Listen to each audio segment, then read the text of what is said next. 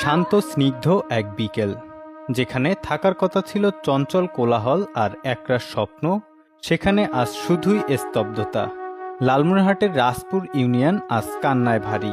একই সাথে ঝরে গেল তাজা দুটি প্রাণ, নিভে গেল একটি পরিবারের দুটি প্রদীপ।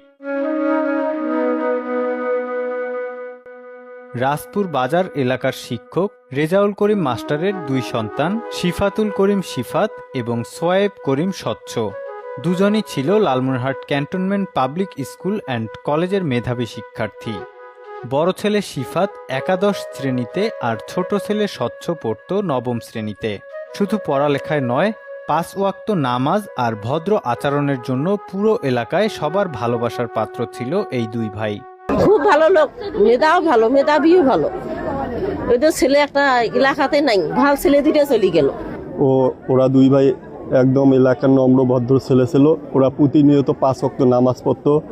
এরা দুই ভাই ভাই বলা যাবে না, পরস্পর বন্ধু কি, তার চেয়ে কঠিন অবস্থা দুজনের ভেতরে।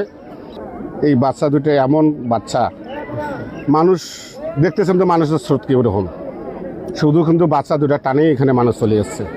এটা একটা এমন একটা কষ্টকরদায়ক, আর এমন একটা পরিবার থেকে বাচ্চা দুটো গেছে, এটা মেনে নেওয়ার মতো নয়। প্রতিদিনের মতোই হয়তো সেদিনও একটু অবসরে মাঠে খেলতে গিয়েছিল তারা, কিন্তু এলাকায় পর্যাপ্ত খেলার মাঠ না থাকায় বন্ধুদের সাথে ওরা চলে যায় তিস্তা নদীর চরে। নদীর নতুন পানিতে ভাসছিল একটি ছোট ডিঙি নৌকা। কেউ ভাবেনি আনন্দ আর খামখেয়ালির এই নৌকাই ডেকে আনবে চরম বিপর্যয়। হঠাৎ করে নৌকাটি ডুবে যেতে শুরু করে। ছোট ভাই স্বচ্ছ সাঁতার জানত না। চোখের সামনে ভাইকে ডুবে যেতে দেখে বড় ভাই শিফাত স্থির থাকতে পারেনি। নিজের জীবনের পরোয়া না করে ভাইকে বাঁচাতে তিস্তার উত্তাল পানিতে ঝাঁপিয়ে পড়ে সে। একে অপরকে আঁকড়ে ধরে বাঁচার শেষ চেষ্টা করেছিল তারা, কিন্তু তিস্তার নিষ্ঠুর স্রোত দুজনকেই টেনে নিয়ে যায় অতল গহ্বরে।